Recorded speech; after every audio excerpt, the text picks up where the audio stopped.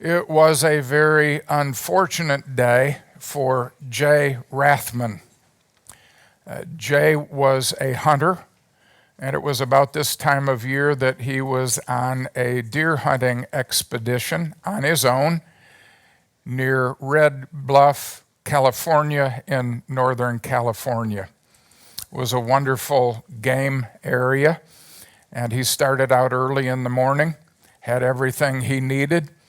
And as he was climbing up kind of a rocky cliff, he went to pull himself up over the edge of a little break in the wall of the cliff. And just as he pulled his head up over the edge of the cliff, a rattlesnake struck, went right for his neck. But he had on a heavy wool turtleneck sweater. And so the snake got its fangs entangled in the sweater. Scared to death, he reached over with his left hand and grabbed hold of the snake right behind its head. He began to feel the venom going down his neck. He knew that he was in big trouble, but he just kept squeezing and trying to pull himself away from the snake. As he pulled himself away, he slipped on the rocks there on the cliff and started going down, down, down, upside down. The snake, still caught in his sweater, is going down head first, feet up the side of this cliff until one of his feet gets lodged between two stones, and he's hanging practically upside down. Come to a stop, he's still got his rifle in his right hand, and he's able to pry the snake away, but the snake had enough place to strike him again. And so he's turning his head this way, and he feels the nose of the snake go up against his face. He figures about 8 times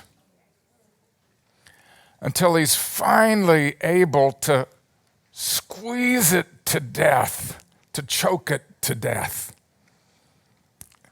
He says, I couldn't let go of it. My fingers were so tight around that snake that I had to let go of my rifle and pry my fingers away from that snake. It was for Jay Rathman a very unfortunate day that turned into a very fortunate day. And he survived to tell his story. Today we're going to look at Ruth, who had a very unfortunate life experience that turned into a very fortunate and favorable outcome. We're looking at the genealogy of Jesus from Matthew chapter 1, and we're looking today at verse 5, and there's a wonderful connection there. These people born and living so close together. And Matthew chapter 1, verse 5, as Matthew records the genealogy of Jesus, proving that he is the king, son of David, of the Jews, son of Abraham. He has included some women in that genealogy, which is an exceptional thing. And it says at verse 5, and to Salmon was born Boaz by Rahab, and to Boaz was born Obed by Ruth, and to Obed Jesse, and we'll get to this next week, and his son was David. So we're going to be looking at Ruth today, who married Boaz, who was Rahab's little boy. Isn't that a great story? And what we see in Matthew chapter 1 is that God's grace envelops the misfortunate Ruth and included her, as he does all the misfortunates of this world, into his plan of redemption. God's goal through Jesus was to save all, and those who believe in his name receive eternal life. So we begin there, but we have to go back to the Old Testament to Ruth, where we get her story. And this is the only place in all the Bible that she is mentioned outside of the genealogy of Jesus. It's in this little 4-chapter story, which is really the story about Naomi's redemption. Naomi, who was named Pleasant, became embittered through her misfortunes. And she said, "Don't call me pleasant anymore. Call me Mara. Call me bitter, like the bitter water that Israel happened upon. Call me bitter, because the Almighty has done bad things." And yet, Ruth becomes the everyday hero to deliver her. So we're going to look briefly at these 4 chapters and see the story of Ruth, who becomes one of Jesus' great ancestors. And in chapter 1, we see Ruth proclaiming and living out her loyalty.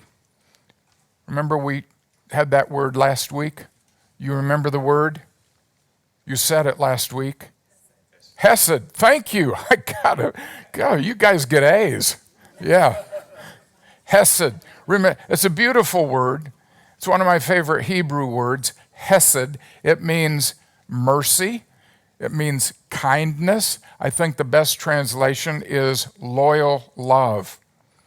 So Ruth proclaims and then lives out her loyal love, her kindness, her mercy toward her mother-in-law during days of great misfortune for Israel, particularly for Naomi, but also for Ruth. Chapter 1, verse 1, "Now it came about in the days when the judges governed." Oh man, this is not a good time. This is kind of like what we think of when we think of the Middle Ages. We think of the Dark Ages, and that's not altogether true, when we know the history of the Middle Ages. But there was a lot of darkness during that time, and there was huge darkness in Israel during the days of the Judges. Look up just one verse to the end of Judges, chapter 21, verse 25. "In those days there was no king in Israel, and everyone did what was right in his own eyes." That summary statement is also in chapter 17, verse 6. It says that in the days of the judges, everyone did what was right in his own eyes. Does that sound like the 21st century United States of America? And what would you expect when God's people do whatever they want to do, what was right, not in the eyes of our holy God, but in their own eyes, from their own perspective? I did it my way. If it feels good, do it. There's a lot of philosophy out there like that. But what had God promised would happen to Israel when they disobeyed him? Deuteronomy chapter 28, beginning at verse 15. If you want to see discouragement, read Deuteronomy 28, 15 and following. And don't read chapter 30 because that's where they get redeemed. But it's, it is ugly. It is ugly what God says. He says, instead of blessing, cursed will be your flocks. Cursed will be your land. He just goes on and on. And he says that the heavens will be like bronze and that the ground will become powder. Well, guess what? Ruth, chapter 1, verse 1, it came about in the days when the judges governed that there was a famine in the land. Well, what do you know? This is exactly what Israel should have expected. This is what Elijah was declaring when he went to the king and he said, there's going to be months of no rain. There's going to be famine in the land. How could he say that? Well, he knew Deuteronomy chapter 28. He knew what God had done in the days of the judges. And he said, God's going to be faithful to his word. If you disobey, the curse will come. There will be famine in the land. People may think in America that they're rich, but there's really a famine going on the inside in a lot of people. Well, so what would you do if you were in Israel at that time? Second part of the verse, a certain man of Bethlehem. It's a great Hebrew word. Can you say Bethlehem? Yeah. Can you say Bet-lechem? Bet-lechem. That's how you would say it in Hebrew. Bet means house, lechem means bread. Isn't that an irony? Here they are in the house of bread, and yet there is a famine in the land, and it's because everybody was doing what was right in your own eyes. So what does this certain man of Bethlehem do? He went to sojourn in the land of Moab with his wife and his 2 sons. Not a good place to go. For one thing, do good things happen when God's people leave the promised land? You don't really see good things happening. Abraham went to leave the promised land, and he got in trouble with Abimelech. Jacob left the promised land, got in big trouble with his father-in-law, Laban. You leave the land, good things are not going to happen. This guy should have known this. But he goes, we'll solve the problem. We'll go down to Moab. Well, guess what? Moab is not your friend. If you go back and read the Judges, you find out that it was the Moabites that, along with the other nations surrounding Israel, they were constantly oppressing the Israelites and putting them into slavery, taking heavy taxes from them. The Moabites are not our friends. But he decides, we're going to go down to Moab. Good things are not going to happen. Although they go down and they find a couple of wives for their sons, it says in verse 3 that Elimelech, Naomi's husband, died. What a misfortune for her. She was left with her 2 sons. They take wives from the Moabites. Not a good idea. Have we heard this one before? Don't intermarry with unbelievers. Don't marry your enemy. Well, they think life's going to be good. Verse 5, but then both of the sons died, and the woman was bereft. How misfortunate for her. But how misfortunate for her daughters-in-law. It says in verse 6 that she arose with her daughters-in-law so that she might turn from the land of Moab. She says, I'm going to go back home. My husband is dead. My 2 sons are dead. I don't have anybody to provide for me. Can you imagine this happening in a foreign land of your enemy? What kind of sympathy is she going to get? She says, as bad as things were back in Bethlehem in Israel, I'm going to go back. But there's a little bit of hope because it says at the end of verse 6, she had heard in the land of Moab that the Lord had visited his people in giving them food. God has forgiven his people. He has shown them grace and favor, and he now provides for them again. So she says, I'm going back. I don't have anything to look forward to except maybe my people will give me a little bit of charity along the way. This is Naomi's misfortune. It is also the misfortune of Ruth because she has married a foreigner. She has married the enemy of Moab. So what's she going to do? Verse 8 says, and Naomi said to her 2 daughters-in-law, go, return each of you to her mother's house, and may the Lord deal hesed with you. How many of you have the word kindly? Okay. One of the things that I wish translators would do, and if I were a translator, this is what I would do. I would get it right, okay? I would translate the same Hebrew word the same way when I saw it.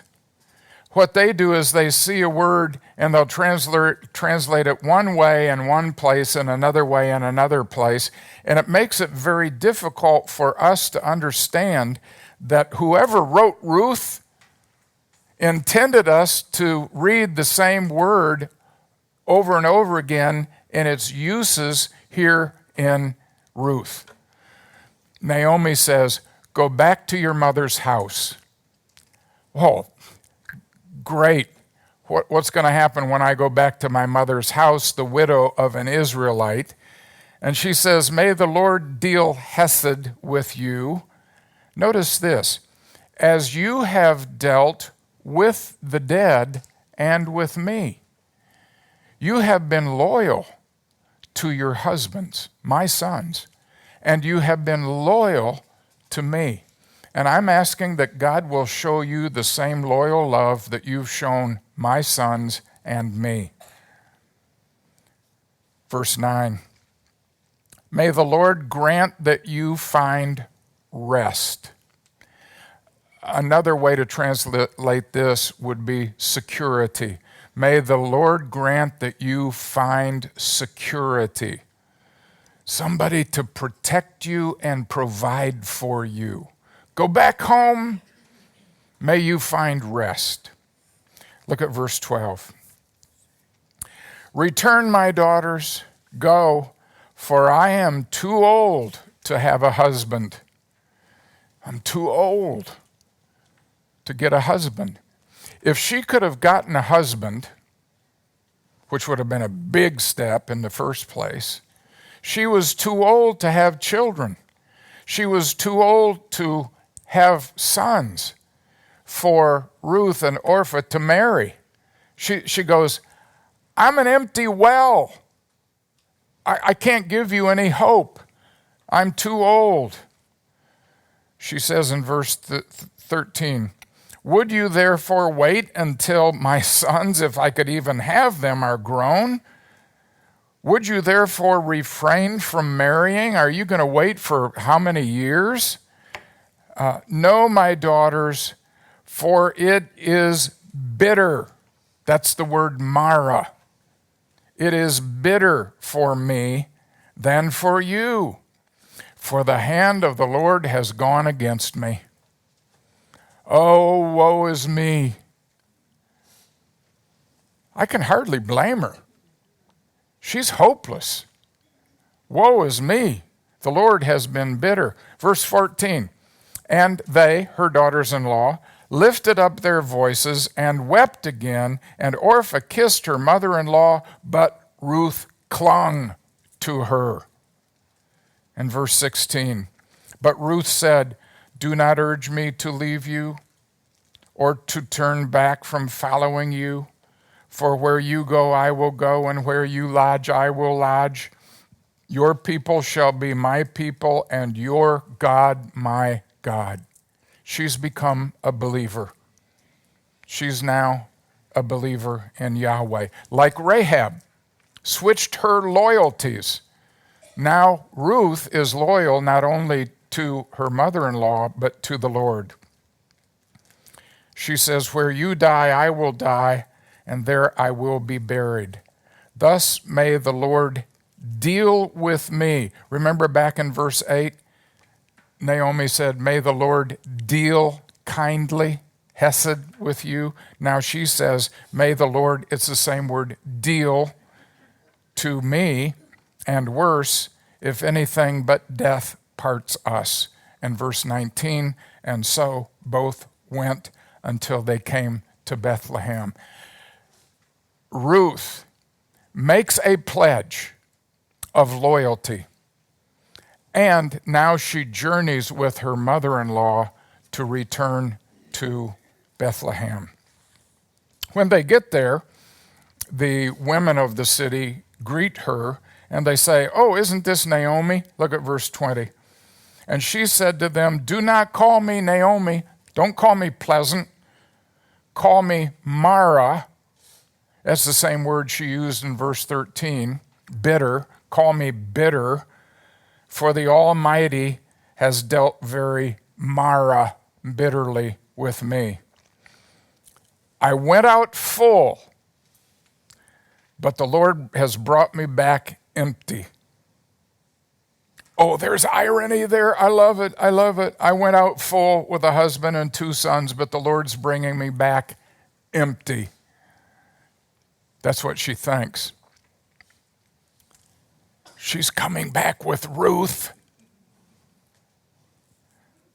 Why do you call me Naomi, since the Lord has witnessed against me and the Almighty has afflicted me? Boy, she's blaming God. She's not saying the devil is responsible. She's saying the Almighty, El Shaddai, is the one who has done this. And so Naomi returned, and with her Ruth the Moabitess, her daughter-in-law, who returned from the land of Moab. There's loyalty for you. What does she have to look forward to? Taking care of her mother-in-law. How's she going to do that? And they came to Bethlehem, the house of bread, at the beginning of the barley harvest. Here's a little ray of hope in all of this. It's kind of like the barley harvest.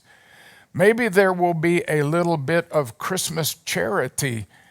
It was before Christmas, but maybe there'll be a little bit of barley harvest charity, and we'll be able to just barely get by. That's the misfortune.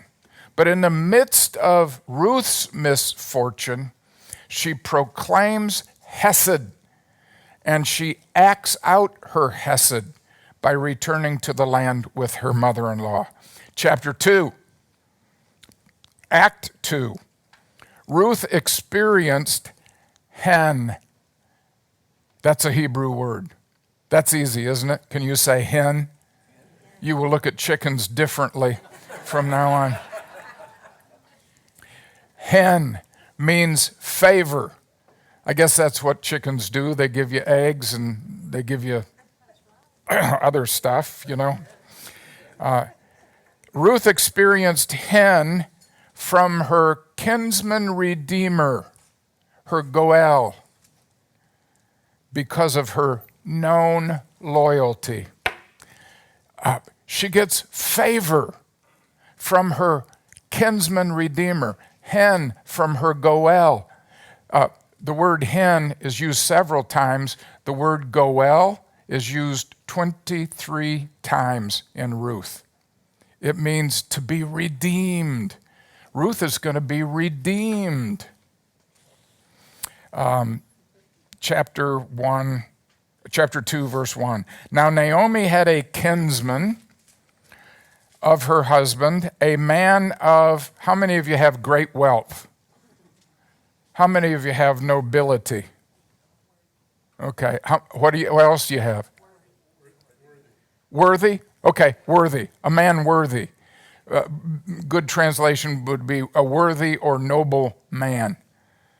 This word is going to occur a couple of other times.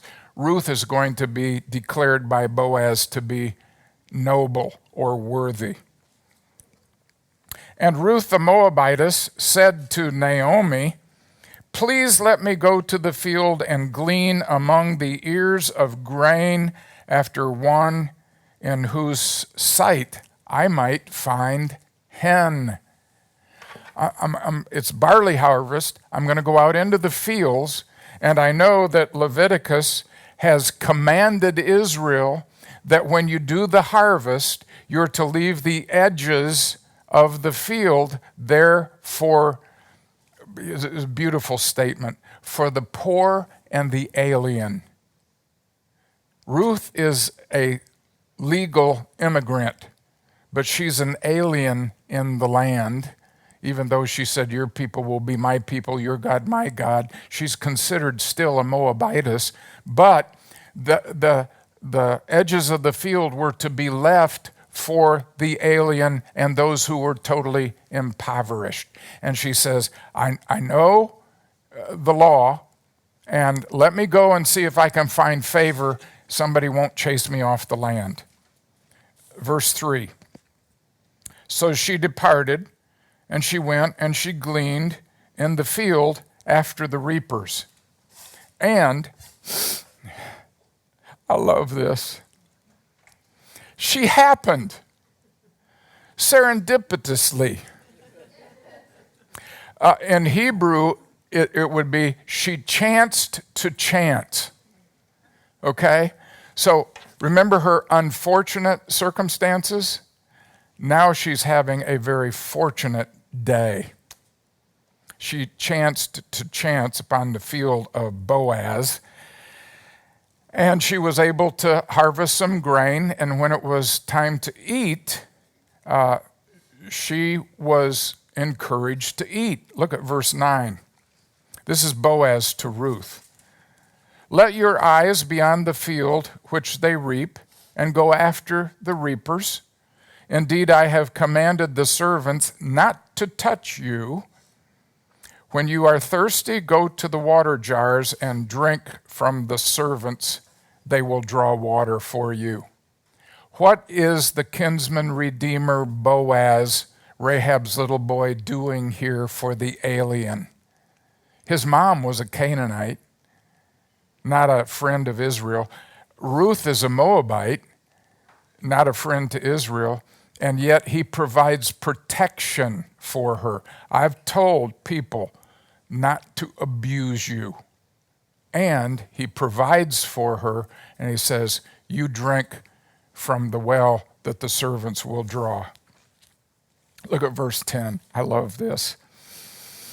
"Then she fell on her face, bowing to the ground, and said, 'Why? This should not happen. Yeah, you need to let me glean from the edges of the field, but you're saying, follow after, you'll get more. I'll protect you, I'll provide for you.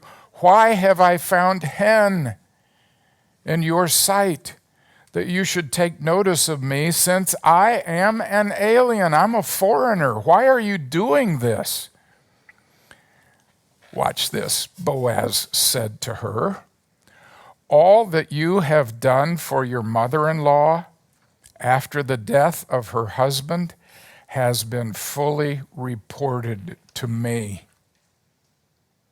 I have heard about your hesed.'" I've heard about you.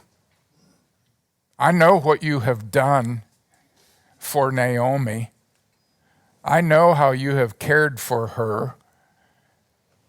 And that's why I'm doing this favor, because of your loyalty.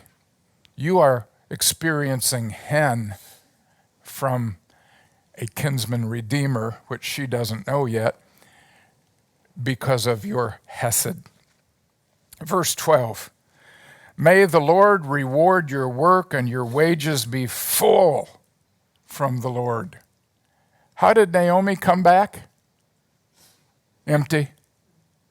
But now Boaz says, may your wages be full from the Lord, the God of Israel, under whose wings you have come for refuge. You've come seeking refuge under the wings of the Lord. Keep that in mind. That's going to happen again in this story.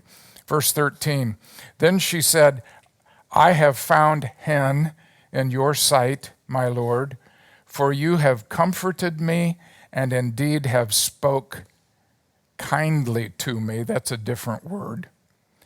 You've spoken to my heart. See why it gets confusing? Sidebar, okay? See how it gets confusing?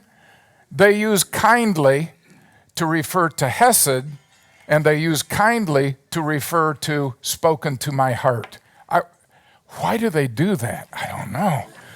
Just drives me nuts. Okay. She says, you've done kindly to your maidservant, though I am not like one of your maidservants. In verse 14, Boaz said at mealtime, come here that you may eat bread and dip your piece of bread in the vinegar. And so she sat beside the reapers, and he served her roasted grain. And she ate and was satisfied and had some left over. Mark must have known about this, because isn't that what he said when Jesus fed the thousands? They ate and were satisfied and had some left over. I think Mark got his line from here. Okay? She's being provided for. It says in verse 18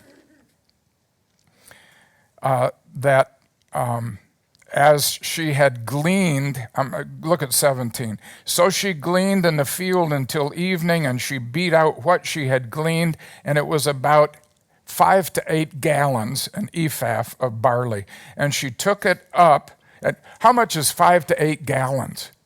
I mean, can you imagine carrying 5 to 8 gallons of grain home? And she took it up, and she went into the city, and her mother-in-law saw what she had gleaned.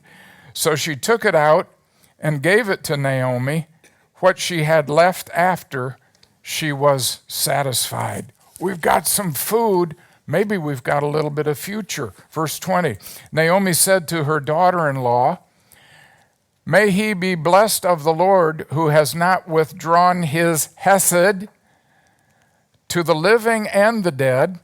And again, Naomi said, this man is our relative. He is one of our kinsman redeemers. Oh my goodness. Are you getting excited about what might happen here? Misfortune is turning into favor because of all the hesed that's going on between Ruth and Boaz. And we come to chapter 3. And here Ruth's obedience to her mother-in-law results in a marriage proposal and the promise of protection and provision. Verse 1, then Naomi said to her daughter, my daughter, shall I not seek rest?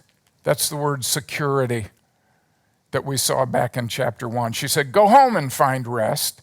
And now here she's going to find security, protection and provision, that it may be well with you. Verse 5, Ruth said, all that you tell me I will do. So she went down to the threshing floor and did all according to what her mother-in-law had commanded her. She's submissive, she's obedient, she's being continually loyal to her mother-in-law. Verse 8, what does it say? And it just so happened that in the middle of the night, the man, this is Boaz, was startled, and he bent forward, and he beheld a woman was lying at his feet, and he said, who are you? And she answered, I am Ruth, your maid. So spread your wings over me. Who has become God's representative? Who is acting on God's behalf? She's come seeking the wings of protection and provision from God, and Boaz spreads his wing over her. Isn't that beautiful? He said, "You're made, for you are a Goel," a close relative. And he said, "May you be blessed of the Lord, my daughter. You have shown your last hesed to be better than your first by not going after the young men, whether poor or rich. You have pursued me, an older man, instead of going after the younger men. You are showing hesed in doing that because I'm a close relative." And he says at the end of verse 11, "The whole city knows that you are a woman of nobility, a woman of worth." In verse 12 and following, look at all the close relative, redeem. All of that is the use of the word goel. So he says, I am a goel, but there's a goel who is a nearer relative than I, and we've got to get it cleared with him first. In chapter 4, I got to do this. And he sends her home that morning, verse 17, and she gets to her mother-in-law and she says, "These 10 to 16 gallons, these measures of barley, 6 measures of barley, he gave to me, for he said, 'Do not go to your mother-in-law empty-handed.'" Isn't that beautiful? She thinks she's coming back empty, but boy, she's coming back loaded. Chapter 4, God's provision of a son for Ruth and Boaz provided a key link in the genealogy to Jesus and God's plan of redemption. This is a beautiful story. Boaz, verse 1, goes to the close relative in front of the city elders, and he says, I don't want to do this. He first says, I want to redeem Ruth, but look at verse 5. Boaz said, he wants to redeem the field, but he doesn't want to redeem Ruth. "On the day that you buy the field from the hand of Naomi, you must also acquire Ruth, the Moabitess, the widow of the deceased, in order to raise up the name of the deceased as an inheritance." Remember Tamar wanting to raise up a son? Is the whole Levirate marriage thing. And he goes, "I don't want to marry that foreign woman. She's got a weird accent, and her shading isn't quite like mine." Whatever. He doesn't want to marry her, and he doesn't want to fulfill his responsibility. So Boaz says, "Well, I'll fulfill the responsibility." Look at verse 10. He says, "Moreover, I have acquired Ruth the Moabitess, the widow of Mahlon, to be my wife, in order to raise up the name of the deceased on his inheritance, so that the name of the deceased may not be cut off from his brothers or from the court, the gates of his birthplace. You have witnessed that today." And they say in the next verse, "May your name be a name of nobility. May it be a name of worth." So he acquires Ruth to raise up a son, and yet we don't remember Mahlon, we remember Boaz, don't we? Look at verse 13. "So Boaz took Ruth, and she became his wife, and he went in to her, and the Lord enabled," that is, he gave her to conceive. She gave birth to a son. And the women said to Naomi, Blessed is the Lord who has not left you without a Goel, without a Redeemer today. And may his name become famous in Israel. And it did, and it still is.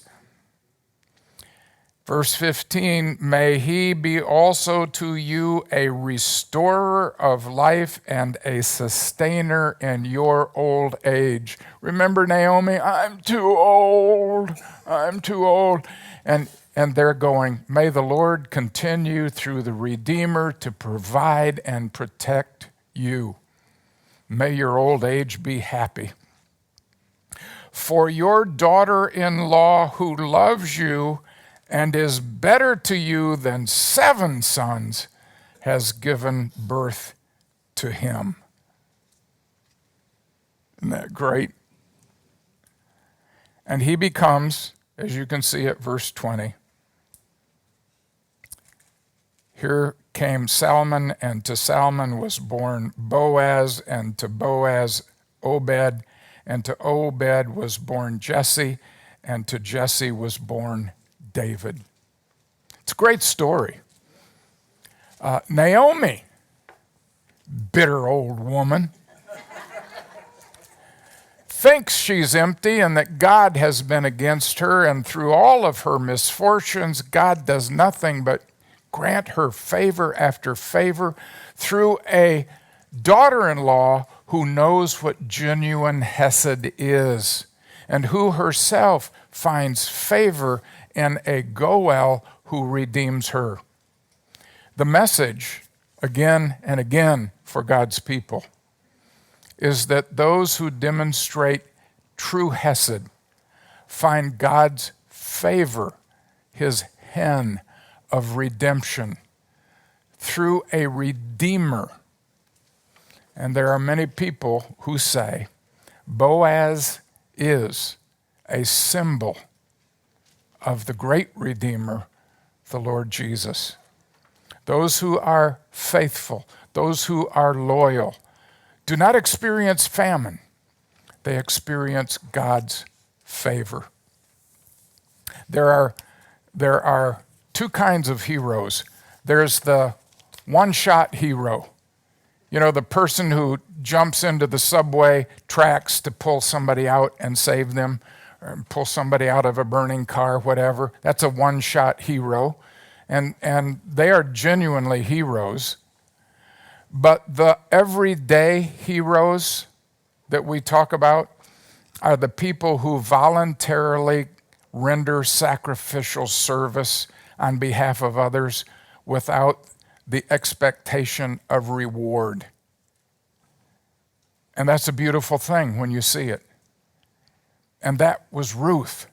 She was a misfortunate who became an everyday hero, proclaiming her faith, demonstrating her loyalty, and God showing her great favor, and including her in the genealogy of our Lord Jesus. If you want a heroine, choose among many, she wouldn't be a bad one to choose. Go and do likewise.